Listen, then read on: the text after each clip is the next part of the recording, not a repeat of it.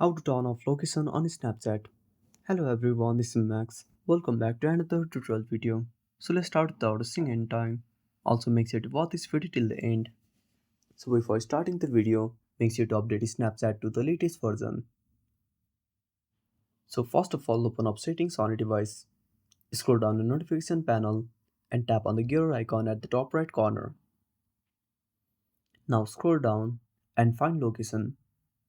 Now simply tap on location. Now disable the toggle for use location. Now go back to the home screen. Now open up Snapchat on your device. Now tap on the location icon at the bottom left corner. Again at the top right corner, tap on the gear icon. Now give the permissions.